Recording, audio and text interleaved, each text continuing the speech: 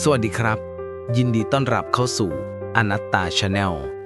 รายการที่จะทำให้คุณได้รู้ถึงจริยวัตรอันงดงามของพระอริยสงฆ์และการท่องเที่ยวธุดงค์การผจญภัยในป่าเขาในที่ต่างๆวันนี้เป็นเรื่องราวของหลวงปู่ตื้ออาจารธรรมโมการธุดงควัตรของหลวงปู่ตื้อหลวงปู่ตื้อกับหลวงปู่แหวนมักจะเดินธุดงไปด้วยกันเป็นส่วนใหญ่ทั้งที่อุปนิสัยของทั้งสององค์นี้ผิดกันไปไกลแต่ก็ไปด้วยกันเป็นอย่างดีท่านทั้งสองเคยร่วมธุดงไปยังสถานที่ต่างๆหลายต่อหลายแห่งในสมัยที่ยังเป็นพระหนุ่มพระธุดงค์หนุ่มทั้งสองรูปนี้ได้พบกันครั้งแรกที่ป่าภูพานขณะนั้นหลวงปู่ตื้อท่านจาริกมาจากพระบาทบัวบกหลวงปู่ทั้งสองได้สนทนาธรรมแลกเปลี่ยนความรู้กันเป็นที่ชอบอัธยาศัยถูกใจกันยิ่งนักทั้งคู่มีปฏิปทาที่ตรงกันแม้บุคลิกภายนอกจะต่างกันสิ้นเชิงทั้งสองท่านเป็นพระหนุ่มมหานิกายที่ท่องธุดงค์เพียงลำพังอย่างโดดเดี่ยวกล้าหาญโดยไม่มีครูอาจารย์ฝ่ายกรรมฐานคอยกำกับชี้ทางเลยทั้งหลวงปู่ตื้อและหลวงปู่แหวนต่างก็ปรารถนาที่จะได้พบกับหลวงปู่มั่นทั้งคู่ทั้งสองตกลงกันว่าหากวาสนายังมีคงจะได้พบกับพระอาจารย์ใหญ่สมหวังใจถ้าไม่ตายเสียก่อนจะต้องได้สดับธรรมจากพระอาจารย์มั่นเป็นแม่นมั่นในระหว่างนี้เราควรจะจาริกธุดงค์ไปตามมรรคาของเราก่อนหลวงปู่ตื้อหลวงปู่แหวนและหลวงปู่ขาวอนาลโยท่านสนิทสนมกันมากที่สุดตามคำบอกเล่าของครูบาอาจารย์ท่านว่าไว้อย่างนั้นจุดเด่นที่ทำให้หลวงปู่ตื้อเป็นที่กล่าวขวัญมากคืออุปนิสัยขวานผ่าซากในวาจาท่านมีนิสัยโผงผางไม่กลัวใครมีเทศนาโวหารที่ไม่เคยไว้หน้าใครไม่ว่าคนมั่งมีหรือยาจกท่านใช้คำพูดเหมือนกันหมดพูดตรงๆไม่ต้องเสกสรรปั้นแต่งท่านบอกว่าท่านเทศตามความเป็นจริงไม่ได้เทศเอาสตางค์หรือเพื่อเอาใจใครญาติโยมบางคนบอกว่าท่านเทศหยาบคายรับไม่ได้ก็มีหลวงปู่มีความเห็นว่าการปฏิบัติกรรมฐานเป็นการเดินทางเส้นตรงต่อการบรรลุธรรมอย่างแท้จริงหลังจากที่หลวงปู่ได้เรียนรู้เกี่ยวกับการฝึกภาวนาข้อวัดปฏิบัติเกี่ยวกับการธุดงค์กรรมฐานพอสมควรแล้วท่านก็พร้อมที่จะออกธุดงค์ต่อไปเป้าหมายแรกท่านมุ่งออกธุดงค์ไปทางฝั่งประเทศลาวเพราะเป็นที่ที่พระธุดงค์สมัยนั้นไปกันมากและมีความเหมาะสมในการบำเพ็ญภาวนาหลายประการหลวงปู่เดินทางจากจังหวัดอุดรธานีมุ่งหน้าไปจังหวัดหนองคายแวะพักปฏิบัติภาวนาพร้อมกับโปรดญาติโยมชาวบ้านป่าไปเป็นระยะค่ำที่ไหนก็ปักกลดพักภาวนาที่นั่นหลวงปู่ไปแวะพักที่พระบาทบัวบกอำเภอบ้านผือจังหวัดอุดรธานีหยุดบำเพ็ญภาวนาอยู่ที่นั่นหลายวันแล้วจึงมุ่งหน้าไปฝั่งประเทศลาวหลวงปู่ตื้อได้เดินทางข้ามแม่น้ำโขงไปทางฝั่งลาวได้พักบำเพ็ญเพียรบริเวณนครเวียงจันทร์เป็นเวลาหลายเดือนหลวงปู่เล่าให้ลูกศิษย์ฟังว่าท่านได้ทำความเพียรที่เชิงภูเขาควายอยู่4 เดือนเต็มคืนแรกที่ไปถึงภูเขาควายได้ไปนั่งภาวนาในถ้ำเล็กๆแห่งหนึ่งเมื่อเริ่มนั่งสมาธิได้1 ชั่วโมงเศษได้ยินเสียงดังอู้มาแต่ไกล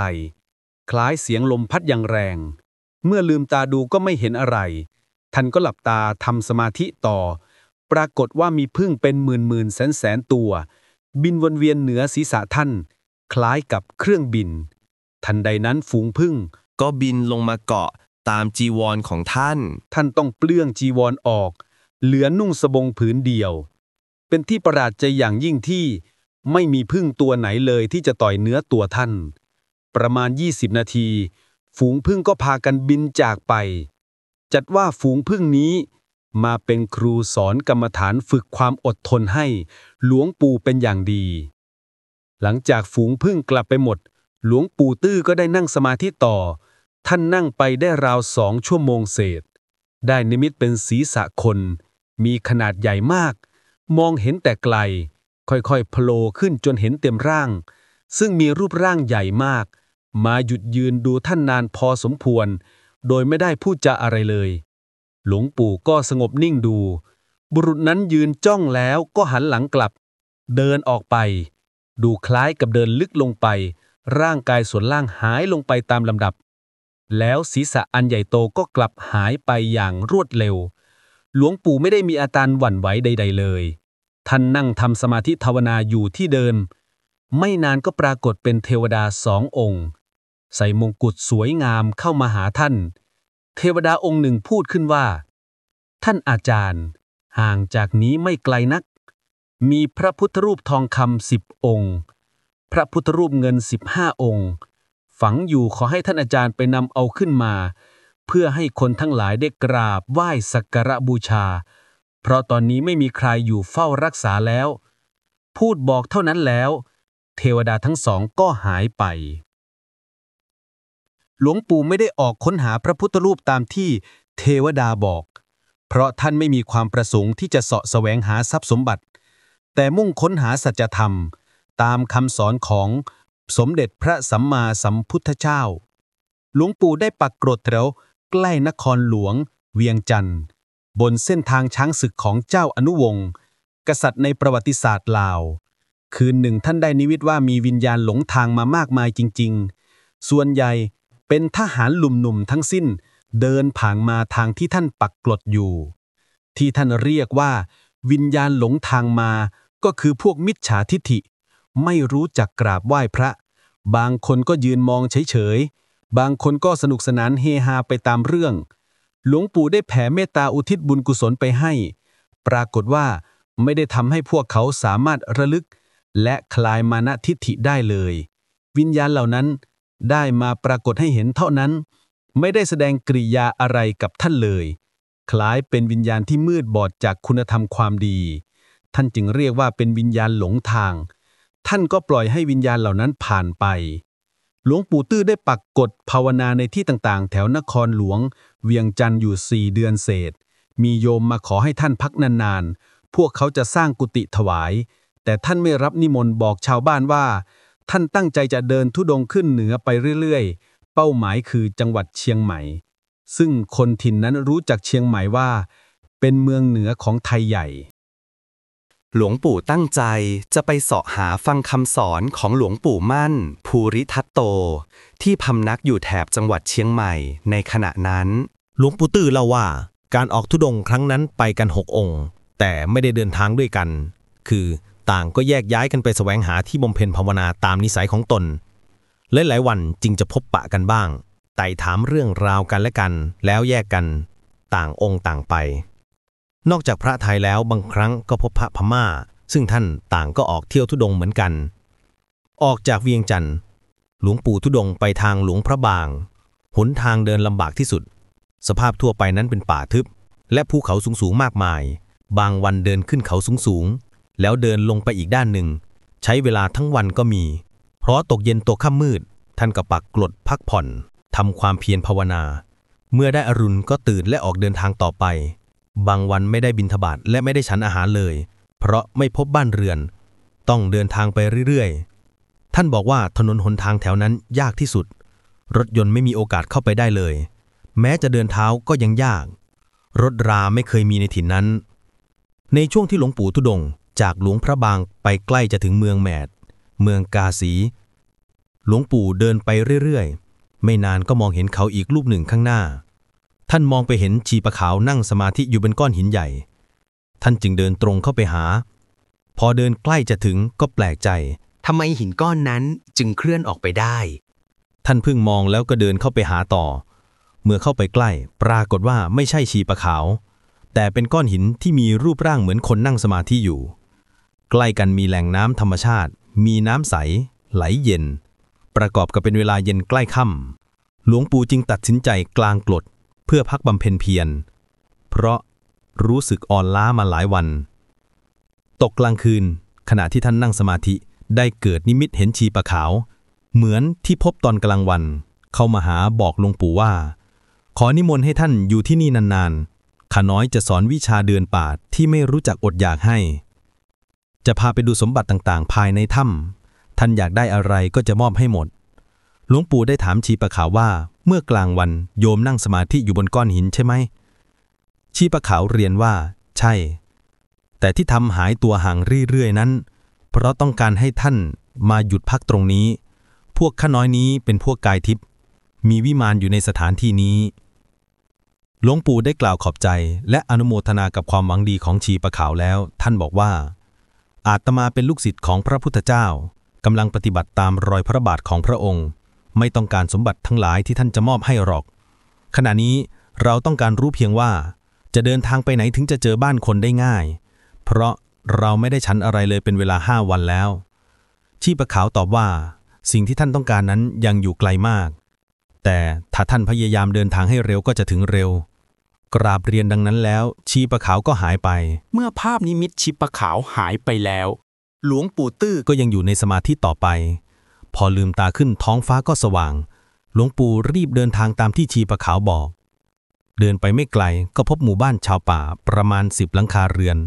เมื่อท่านหาที่พักบริขารได้แล้วก็ออกบิณฑบาตในเขตหมู่บ้านมีคนใส่บาตรประมาณ 5-6 คนแสดงว่าหมู่บ้านแห่งนี้เคยมีพระธุดงค์มาโปรดแล้วแม้พูดกันไม่รู้เรื่องพวกเขาก็ยังรู้จักใส่บาตรพระนับเป็นวันแรกที่หลวงปู่ได้ฉันอาหารนับตั้งแต่เดินทางออกจากหลวงพระบางเมื่อ5 วันที่แล้วเมื่อหลวงปู่ตื้อฉันเสร็จในวันนั้นแล้วก็เดินทางต่อไปเดินไปตามภูเขาดงไม้เข้าสู่เขตพม่าในบริเวณเมืองเชียงตุงสมัยนั้นชาวพม่าเลื่อมใสในพระพุทธศาสนามากพระสงฆ์องค์เจ้าก็มีมากและได้รับการอุปถัมภ์เลี้ยงดูจากประชาชนเป็นอย่างดีเดินทางกลับประเทศไทยอุปสรรคสำคัญในการเดินธุดงค์ในเขตพม่าได้แก่ความไม่สะดวกในเรื่องพระวินัยบางข้อหลวงปู่จึงไล่ธุดงค์กลับมาเมืองไทยเข้ามาทางจังหวัดน่านลงไปเมืองแพร่แล้วธุดงค์ต่อไปจังหวัดเลยตอนเหนือระยะทางนับร้อยกิโลเมตรพบที่ใดที่เหมาะสมก็พักบำเพ็ญภาวนาที่นั่นไม่มีการลดละเลยเป็นช่วงที่บำเพ็ญเพียรได้ดีมากจากประวัติของหลวงปู่แหวนสุจินโนซึ่งเรียบเรียงโดยพระอาจารย์นาคแห่งวัดสัมพันธวงศ์เมื่อปี 2522 ได้บันทึกการเดินธุดงค์ร่วมกับหลวงปู่ตื้อดังต่อไปนี้ในสมัยที่หลวงปู่แหวนยังหนุ่ม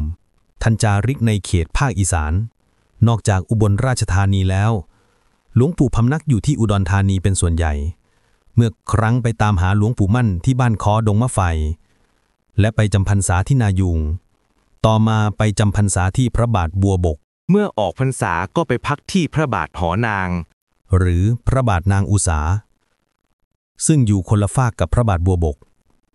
ตั้งใจจะไป12 ปันนาทางเหนือแต่ทหารฝรั่งเศสไม่ให้ไปจึงไปพักวัดใต้หลวงพระบางระยะหนึ่งแล้วก็กลับพร้อมหลวงปู่ตื้อหลังจากพักหายเหนื่อยจึงปรึกษากับหลวงปู่ตื้อมุ่งเดินทางไปภาคเหนือเดินไปค่ำไหนก็นอนที่นั่นและไม่มีลูกศิษย์เล็กให้เป็นห่วงหลวงปู่ทั้งสองออกจากอำเภอท่าลี่จังหวัดเลย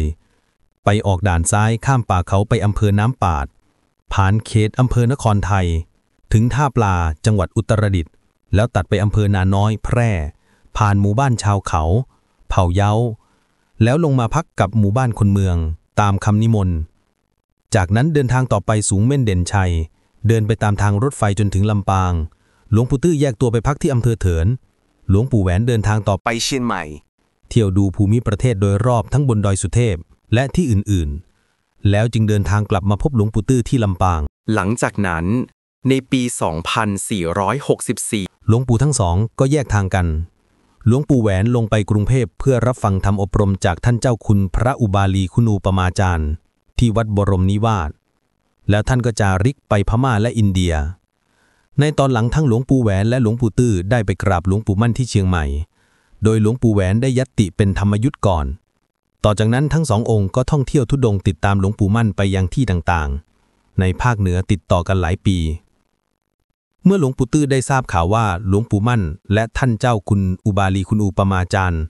มาพำนักสอนกรรมฐานที่เชียงใหม่ก็ได้เดินธุดงค์กรรมฐานจากจังหวัดเลยสู่เชียงใหม่ไปทางอำเภอหล่มสักในเวลานั้นรถยนต์ยังหาได้ยากมากเมื่อหลวงปู่ตื้อถึงเชียงใหม่แล้วท่านก็ได้ไปกราบท่านพระอาจารย์มั่นและได้พักอยู่ที่วัดเจดีย์หลวงในเมืองเชียงใหม่อยู่ไม่นานเท่าไรนักก็ได้ยัตติเป็นฝ่ายธรรมยุทธ์โดยมีท่านเจ้าคุณอุบาลีคุณูปมาจารย์เป็นพระอุปชาท่านพระครูศรีพิสารสารคุณพระกัมมวาจาจารย์และท่านพระครูนภีสิพิสารคุณทองโคสิโตพระอนุสวนาจารย์ ขณะนั้นหลวงปู่ตื้อมีอายุได้37 ปี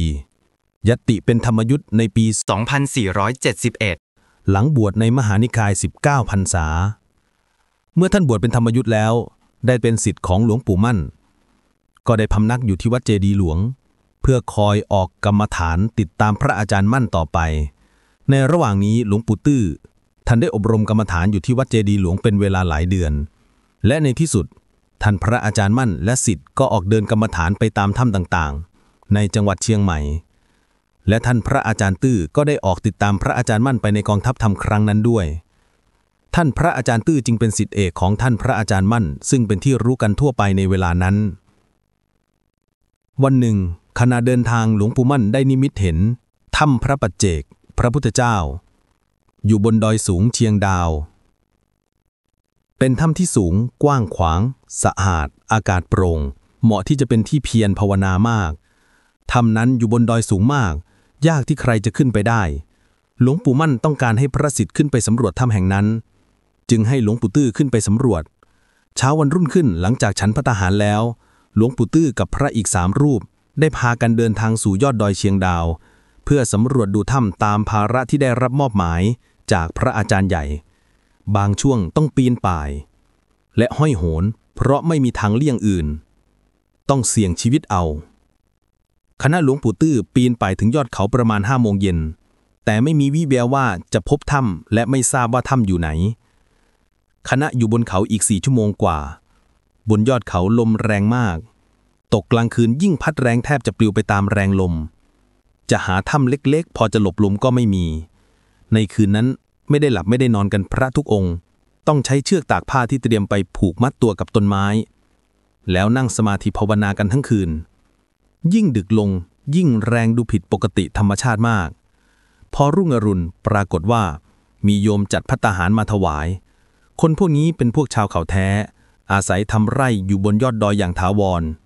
เมื่อฉันเสร็จก็พากันเดินทางต่อแม้จะเดินบนหลังเขาก็ยากลำบากเหมือนกับปีนมาตอนแรกเดินกันจนถึงเที่ยงวันก็ถึงบริเวณน่าจะเป็นถ้ำพระปัจเจกพระพุทธเจ้าตั้งอยู่บริเวณข้างหน้าเป็นแหล่งน้ำธรรมชาติขนาดใหญ่ก่อนจะข้ามไปหลวงปู่ได้นั่งสมาธิดูก่อนปรากฏเป็นเสียงคนพูดเบาๆพอเสียงนั้นเงียบไปก็มีอีกเสียงหนึ่งพูดว่างูใหญ่งูใหญ่พูดอยู่2-3 ครั้งแล้วปรากฏผู้ชายรูปร่างบึกบึนสูงใหญ่ผิวกายดำทะมึนมายืนพูดกับหลวงปู่ว่าท่านจะเข้าไปในถ้ำไม่ได้หรอกนะที่นั่นมีงูตัวใหญ่มากเฝ้ารักษาอยู่หลวงปู่ตื้อได้พูดกับชายผู้นั้นว่าที่พวกอาตมานี่ไม่ได้มาเบียดเบียนใครไม่ได้จะมุ่งมาเอาอะไรแต่ประสงค์จะขึ้นมาดูถ้ำตามที่ท่านพระอาจารย์มั่นภูริทัตโตใช้ให้มาเท่านั้นหลวงปู่กล่าวจบลงชายผู้นั้นก็หายไปท่านพิจารณาดูต่อไปเมื่อไม่เห็นว่ามีอะไรอีกแล้วจึงออกจากสมาธิท่านจึงหาขอนไม้มาทำแพเอาเทียนจุดไว้ที่หัวแพแล้วเกาะแพลอยข้ามน้ำไปยังฝั่งตรงข้ามท่านลองหยั่งดูเห็นว่าน้ำลึกมากไม่สามารถหยั่งได้เมื่อไปถึงอีกฝั่งแล้วจึงได้พบถ้ำปัจเจกพระพุทธเจ้าตามที่ท่านหลวงปู่มั่นได้พบเห็นในนิมิตเป็นถ้ำใหญ่โตกว้างขวางและสวยงามมากอากาศโปร่งสบายพื้นถ้ำสะอาดเหมือนกับมีคนดูแลปัดกวาดอย่างดีในถ้ำนั้นมีแสงสว่างอยู่ในตัวแม้เดินลึกเข้าไปก็ไม่มืดถ้ำนี้มีลักษณะพิเศษกว่าถ้ำอื่นจริงๆด้านนอกถ้ำที่อยู่สูงสุดเป็นหน้าผาสูงมากคงไม่มีใครขึ้นไปได้หรือถ้าขึ้นไปก็คงลงมาไม่ได้หลวงปู่ตื้อได้นั่งสมาธิภาวนาอยู่นานพบว่ามีพวกกายทิพย์เข้ามาหาท่านและพบวิญญาณชีปะขาวน้อยรูปหนึ่งเป็นผู้เฝ้าดูแลรักษาถ้ำแห่งนี้ชีปะขาวน้อยบอกหลวงปู่ว่าพระปัจเจกพุทธเจ้าท่านไม่ได้อยู่ที่นี่แล้วชีปะขาวน้อยก็หายไปหลังถ้ำหลวงปู่ตื้อได้พักบำเพ็ญภาวนาอยู่ภายในถ้ำจนครบ5 วันจึงได้พาหมู่คณะกลับลงมาดังเดิมหลวงปู่มั่นได้ถามคณะที่ไปสำรวจว่าเป็นอย่างไรบ้างน่าอยู่จริงไหมหลวงปู่ตื้อได้กราบเรียนว่า ในถ้ำสวยงามจริงๆแต่ไม่มีบ้านคนเลยพวกกระผมฉันใบไม้ตลอด5 วันบ้านคนไม่มีไม่รู้จะไปบิณฑบาตที่ไหนอีกประการหนึ่งที่เป็นปัญหาสำคัญคือลมพัดแรงมากพัดหูพัดตาอยู่ลำบากถ้าหากอยู่ในถ้ำก็สบายดีมากขอรับหลวงตู่มั่นได้พูดขึ้นว่าทำไมพวกคุณถึงไม่เลยพากันขึ้นไปดูบ่อน้ำทิพย์ที่อยู่ข้างหลังถ้ำด้วยล่ะบ่อน้ำทิพย์ศักดิ์สิทธิ์นั้นถ้าหากใครได้อาบและดื่มเป็นการชุบตัวแล้วจะมีอายุยืนถึง 5,000 ปีสามารถเหาะเหินเดินอากาศได้ด้วยหลวงปู่ตื้อได้กราบเรียนว่าก ระผมขึ้นไปเหมือนกันขอรับแต่พอขึ้นไปบนหลังถ้ำนั้นปรากฏเป็นหน้าผาที่สูงชันมากสูงราวๆ10 ถึง 15 วาขึ้นไปไม่ได้ขอรับเพราะหน้าผาชันจริงๆทางอื่นที่จะขึ้นไปก็ไม่มีกระผมเดินดูรอบๆทั้ง2-3 รอบถ้าหากขึ้นไปได้ก็คงลงมาไม่ได้ท่านพระอาจารย์ใหญ่จึงตอบว่าพวกเราคงไม่มีบุญวาสนาบารมีที่จะห่อได้ละมั้งจึงได้พากันเดินลงมาจนเท้าแตกหมดถ้าหากว่าขึ้นไปได้ก็คงลงมาไม่ได้แต่ขึ้นไปและลงมาได้อย่างนี้ก็สามารถมากแล้วล่ะเมื่อออกจากถ้ำเชียงดาวแล้วหลวงปู่มั่นได้นำสานุศิษย์ไปทางอำเภอพร้าว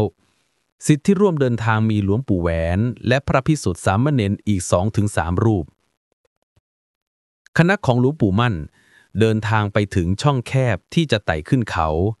พอดีมีช้างเชือกหนึ่งกำลังกินใบไผ่ยืนขวางทางอยู่ช่องแคบนั้นทางคณะไม่มีทางอื่นจะเลี่ยงไปได้ช้างกับพระอยู่ห่างกันประมาณ10 วามีเสียงหนึ่งให้ความเห็นว่าพวกเราน่าจะกลับออกไปก่อนแล้วค่อยมาใหม่ท่านหลวงปู่มั่นหยุดพิจารณาแล้วพูดขึ้นว่าท่านลองพูดกับช้างดูบ้างสิหลวงปู่ตื้อจึงพูดกับช้างว่าพี่ชายเราขอพูดด้วยฝ่ายช้างหยุดชะงักจากการกินใบไผ่ทันทีพี่ชายเราขอพูดด้วยเป็นคำรบ2ช้างหันมาทางหมู่พระทันทีหูทั้ง2 ข้างกางออกยืนนิ่งไม่ไหวติ่งหลวงปู่ตื้อจึงพูดต่อไปว่าพวกเราขอทางหน่อยพี่ชายมายืนกินใบไผ่อยู่ตรงนี้พวกเราจึงไม่มีทางเดินเพราะพี่ชายยืนปิดทางพวกเรากลัวพี่ชายมากขอให้หลีกทางให้พวกเราด้วยพอท่านพูดจบลงช้างก็รีบหันหน้าเข้ากอไผ่ข้างทางแสดงให้เห็นว่าได้หลีกทางให้แล้วคณะธุดงค์ก็ออกเดินทางโดยหลวงปู่ตื้อเดินออกหน้าหลวงปู่มั่นเป็นอันดับ2หลวงปู่แหวนอยู่รั้งท้ายเมื่อผ่านช้างไปแล้วทุกท่านก็พากันเดินต่อไปเรื่อยๆบังเอิญทางหลวงปู่แหวนพอผ่านช้างได้วาเศษตาขอกรดของท่านไปเกี่ยวกับกิ่งไผ่พอดีท่านพยายามปลดอยู่นานก็ไม่หลุดจะดึงแรงก็กลัวช้างตกใจตื่นหลวงปู่มั่นจึงเรียกให้หลวงปู่ตื้อช่วยหลวงปู่แหวนจนปลดขอกรดออกได้แล้วคณะจึงได้ออกเดินทางต่อไป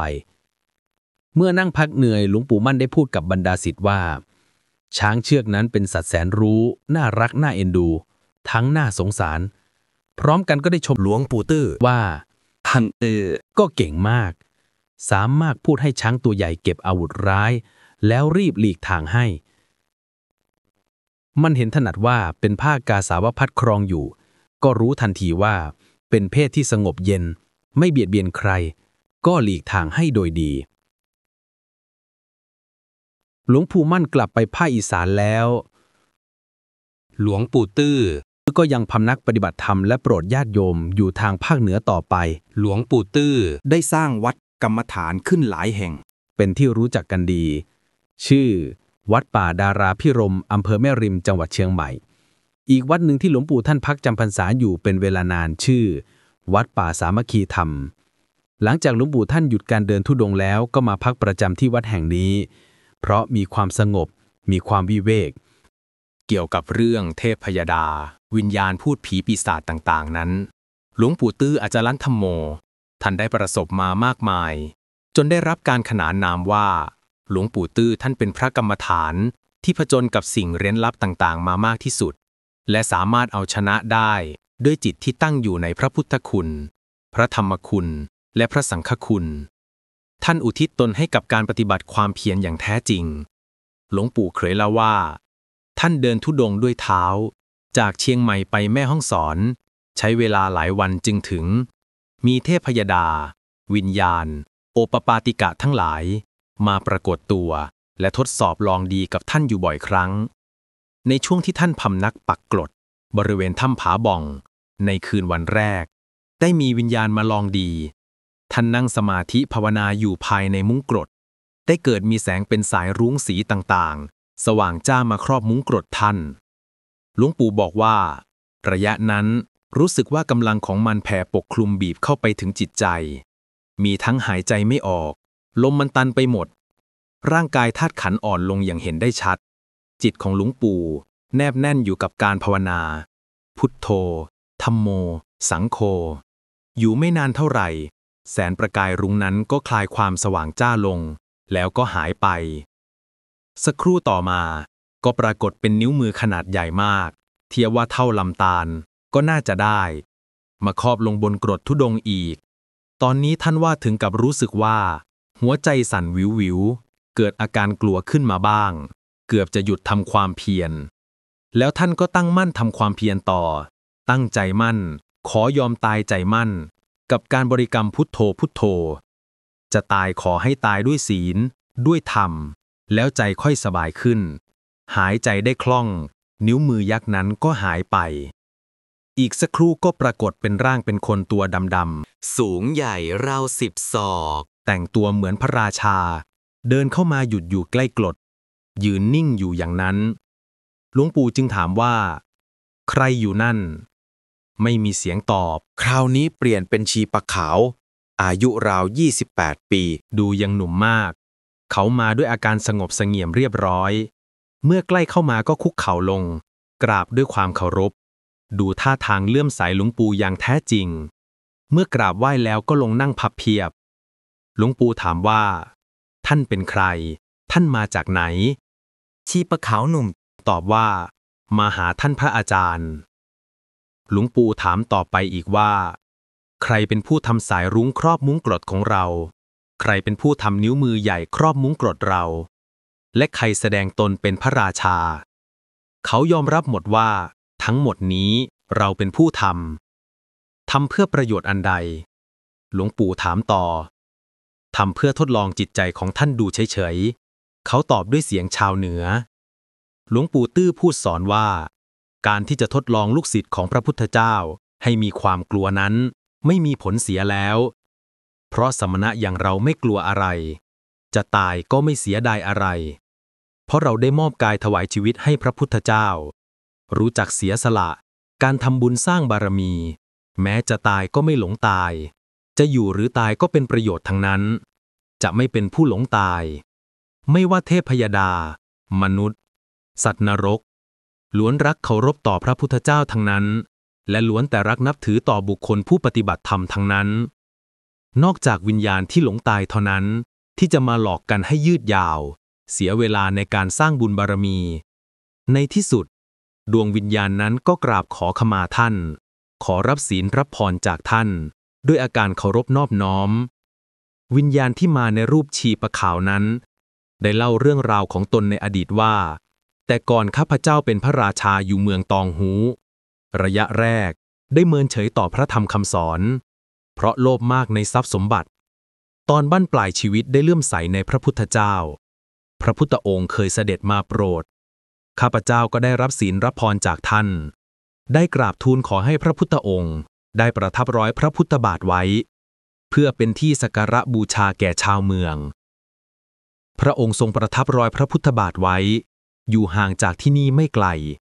อยู่กลางแม่น้ำพนังหินกลางแม่น้ำนี้ลึกท่วมหลังช้างเท่านั้นไม่ลึกเท่าไหร่แม่น้ำนี้อยู่ใกล้เมืองประดู่ขาวเปลี่ยนเป็นเมืองรัววิญญาณนั้นบอกย้ำอีกว่ารอยพระพุทธบาทนั้นอยู่กลางแม่น้ำนั้นนิมนต์ท่านไปสักการะนมัสการด้วยแล้วก็บอกหนทางแก่ท่านกำชับว่าตรงปากทางเข้าไปถึงแม่น้ำนั้นจะมีถ้ำอยู่ถ้ำหนึ่งเมื่อเข้าไปในถ้ำจะเห็นหินยาวรีมีลักษณะคล้ายงูแต่เป็นก้อนหินธรรมดา ให้ท่านเดินข้ามไปได้เลย ภายใต้หินนั้นมีไหเงินและทองคำอยู่4 ไห หากท่านพระอาจารย์จะเอาไปเพื่อเป็นเมตตาต่อข้าพเจ้าแล้วก็ขอน้อมถวายท่านเลย เมื่อพูดเพียงเท่านี้แล้วชีปะขาวกราบลาแล้วก็หายไป หลวงปู่ก็ได้พักภาวนาอยู่ที่นั่นเป็นเวลาพอสมควรก็ออกเดินทางเพื่อไปดูรอยพระพุทธบาทตามที่วิญญาณได้บอกเมื่อคืนก่อน ท่านเล่าว่าท่านใช้เวลาเดินทาง1 วันเต็มๆก็ไปถึงปากถ้ำเพื่อดูรอยพระพุทธบาทนั้นท่านได้พบก้อนหินยาวเหมือนรูปงูจริงๆซึ่งมันก็เป็นก้อนหินธรรมดาเดินต่อไปเรื่อยๆก็มองเห็นหินก้อนใหญ่เหมือนภูเขาทั้งลูกตั้งอยู่กลางแม่น้ำและก็ได้พบรอยพระพุทธบาทตามคำบอกเล่าจริงๆรอยพระพุทธบาทนี้ยาวประมาณ8 ศอกกว้าง6 ศอกสูง4 ศอกโดยประมาณจะเห็นได้เมื่อพิจารณาแล้วเห็นว่าเป็นรอยพระพุทธบาทที่พระพุทธองค์ประทับไว้จริงๆหลวงปู่จึงได้ทำการสักการะแล้วก็จากสถานที่นั้นไปขณะที่หลวงปู่ตื้ออยู่ภาวนาในเขตจังหวัดแม่ฮ่องสอนตามดอยป่าต่างๆนั้นท่านมักจะเจอกับพวกกายทิพย์และมีเหตุการณ์แปลกๆมารบกวนการบำเพ็ญภาวนาของท่านอยู่เสมอหลวงปู่ได้ใช้ความอดทนอดกลั้นเอาชนะด้วยการบำเพ็ญภาวนาไปทุกครั้งวิญญาณเหล่านั้นก็จะบอกถวายสมบัติที่พวกเขารักษาอยู่นั้นด้วยแต่หลวงปู่ก็ไม่เคยสนใจคงมุ่งหน้าแต่การปฏิบัติพระธรรมกรรมฐานอย่างเดียวเรื่องราวของหลวงปู่ตื้อยังไม่จบเท่านี้อย่าลืมกดติดตามเพื่อไม่ให้พลาดตอนต่อไปกดไลค์เพื่อเป็นกำลังใจกดแชร์เพื่อเป็นธรรมทานวันนี้สวัสดีครับนัตถิสันติปรังสุขขังสุขอื่นยิ่งกว่าความสงบไม่มี